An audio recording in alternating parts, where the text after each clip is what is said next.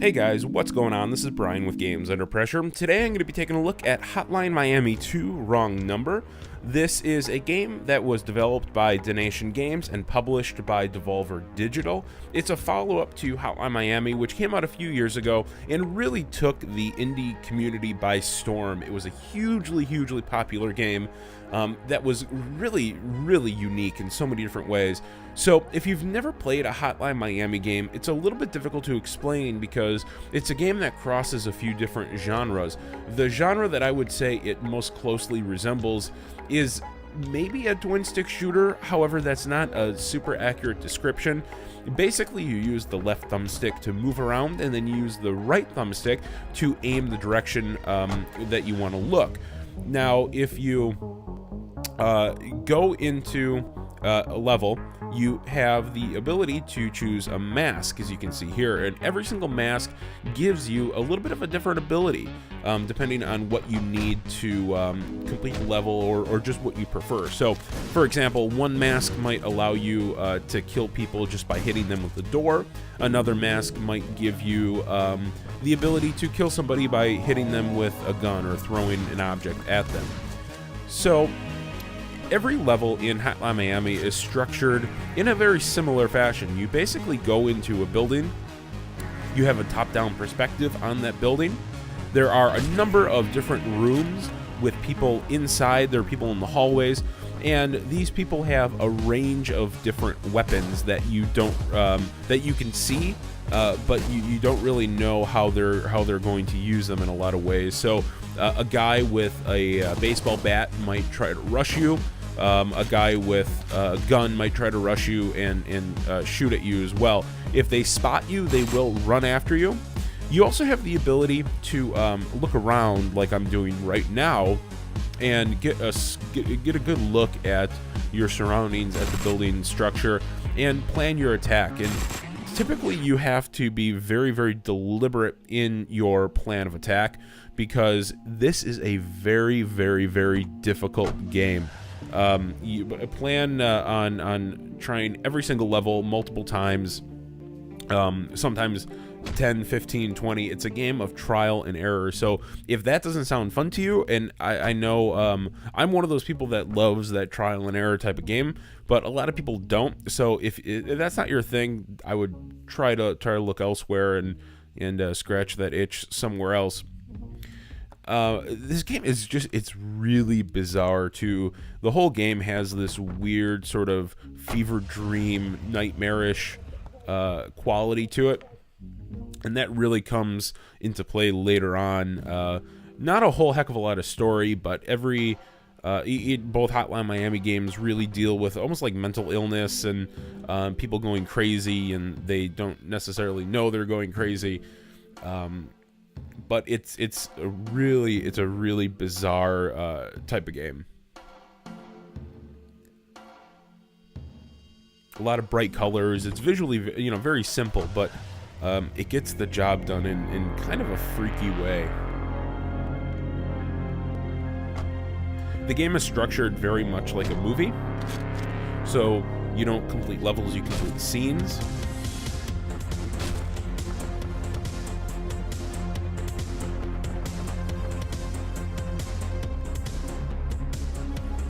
In every single level, what you're going to do when you start out, a lot of the times they don't start you out with any weapons.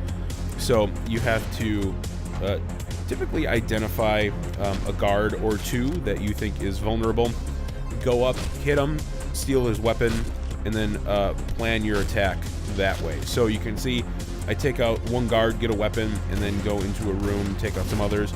And a large part of the success in this game is having the people come to you. So you don't want to go guns blazing because typically somebody will pop off a shot and get you before you get them. So having them come to you by making noise or letting them spot you if they don't have a gun or if there's something like an object between you to protect you, and then have them rush at you that way. So in the next level you'll see me employing that to great effect. And it's just about planning your attack. You can target people as well, so you don't have to rely on the right thumbstick in order to, yeah, see, there you go. I'm just letting them come to me. You can, you don't have to rely on the left thumbstick or the right thumbstick to maintain your position on those guys. So if you target them, and they sort of strafe around you or whatever, if you target them, it will automatically follow, which is pretty cool.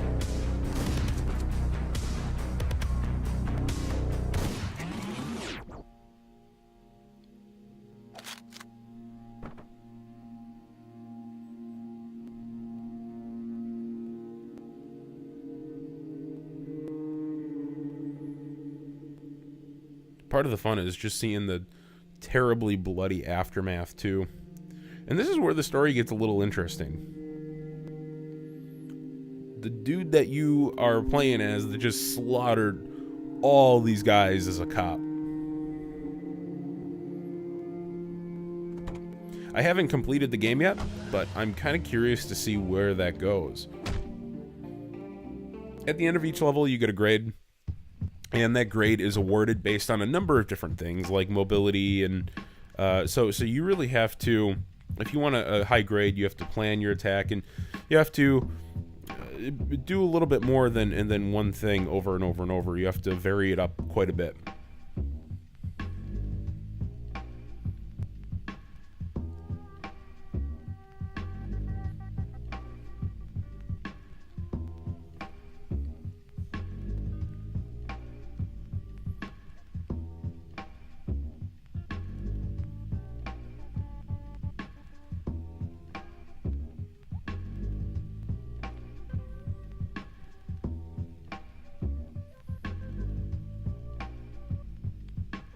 Sometimes the dialogue can be a little bit too on the nose. I guess it has to be because from a visual standpoint, you can't get the granular details. Number one, because of the isometric top-down perspective, but also because it's a very simple, pixelated sort of look. So they have to really throw out a lot of exposition in the dialogue, which it's not the best option, but I think they're just sort of working with what they have. And this is where the game gets even weirder. Everything is sort of like a VHS tape. Even when you pause the menu, it looks like a VHS menu.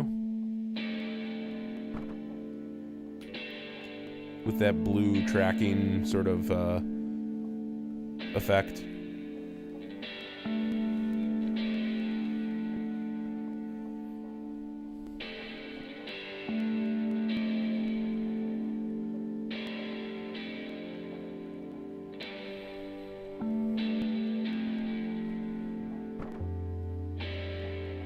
And this character is crazy, too.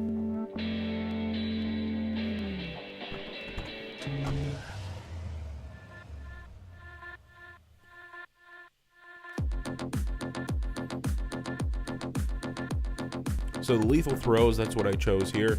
So if you hit somebody with your weapon, you can chuck whatever you're holding. If you hit somebody with your weapon, that is an insta-kill.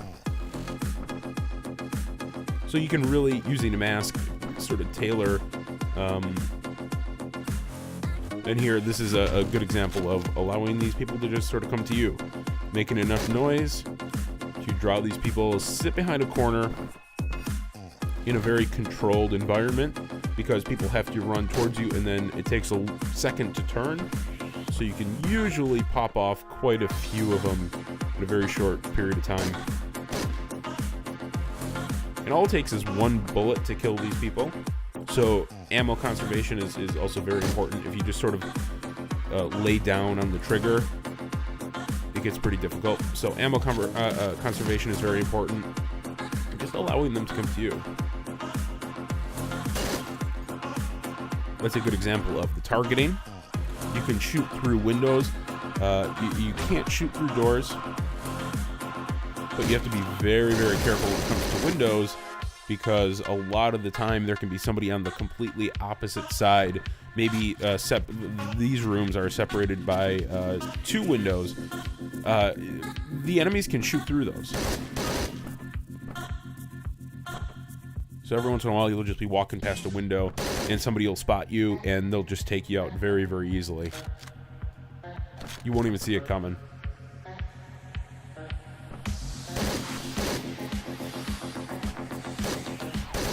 Just making enough noise.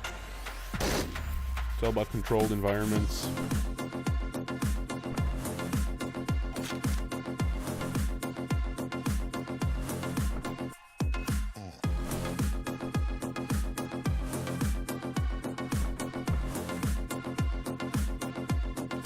Second floor.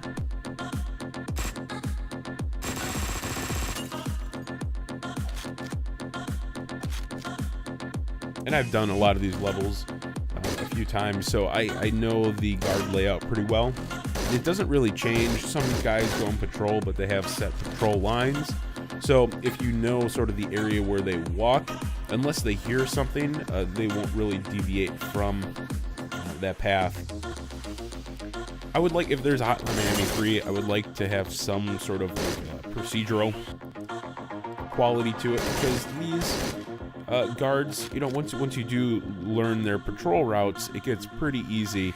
And the layout is also something that I think they could procedurally generate and have that be something that's sort of cool. So every time you go into a building, it's not the same. And the game is challenging enough. I don't know if they need to do that for added challenge, because this game is very, very difficult. But it could be cool.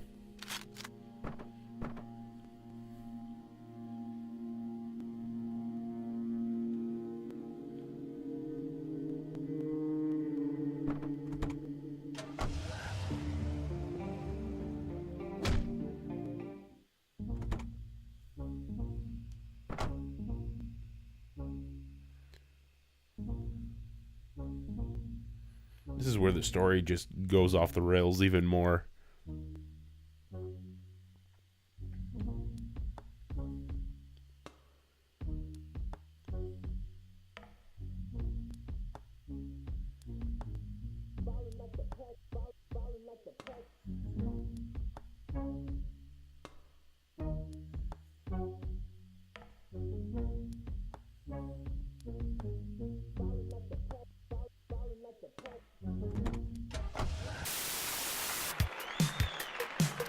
Yeah, this is crazy. That is very clearly supposed to be Ellen DeGeneres. Very, very clearly.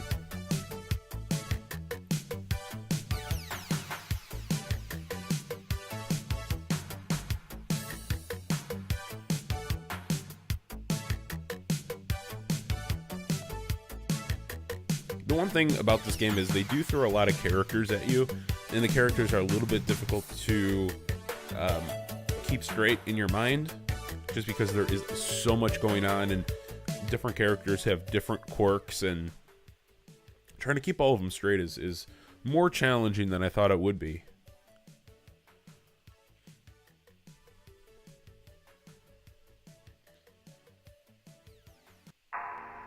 Now watch Ellen's eyes here.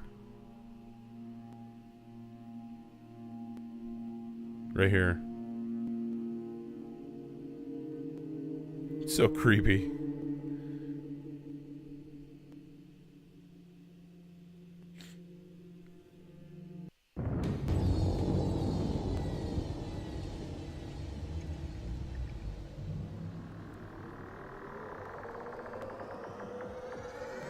And I think part of the reason that it's difficult to keep the characters straight is because not only do you have to keep their face straight, but you also have to keep their mask straight, because these people are represented by their masks as well. So for every person, you have to, in essence, know two different characters.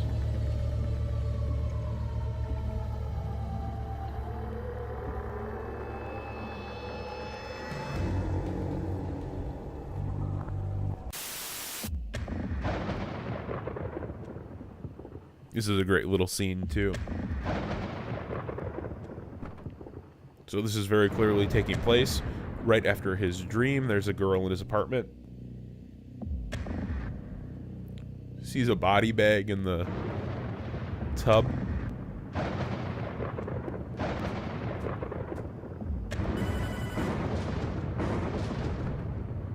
Calls the cops. The cops are outside.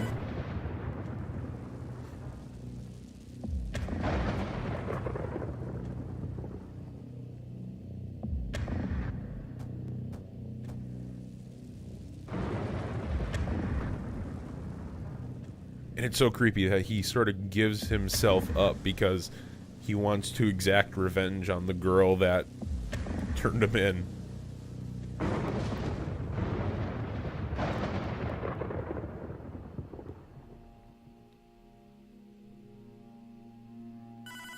And I'll just show you the first part of this section, and then we'll put an end to it.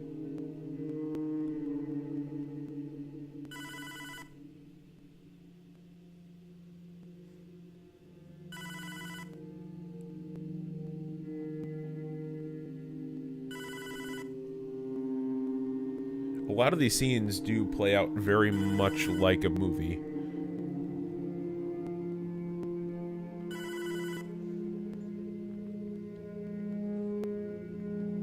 So here's the mental illness kind of thing coming back.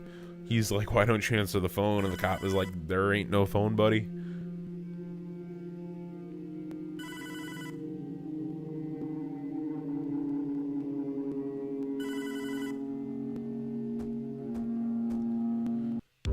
Then check this out. He puts on his mask, answers the phone that isn't ringing. Somebody on the line tells him to kill the cop. Then he just starts choking him. So that'll about do it. Overall, I'm really enjoying this game. It's a great follow-up to what was a very good original title. And for the money, for 15 bucks, I think it's a pretty good bargain. It's a game that will take you a while. It'll take you a while to get through these levels.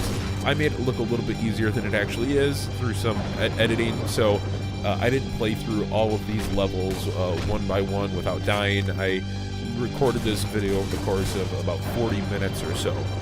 So you could expect about double the time that it took me in some of these levels to pass them on your own. And it's a good value at 15 bucks. It's hard to go wrong.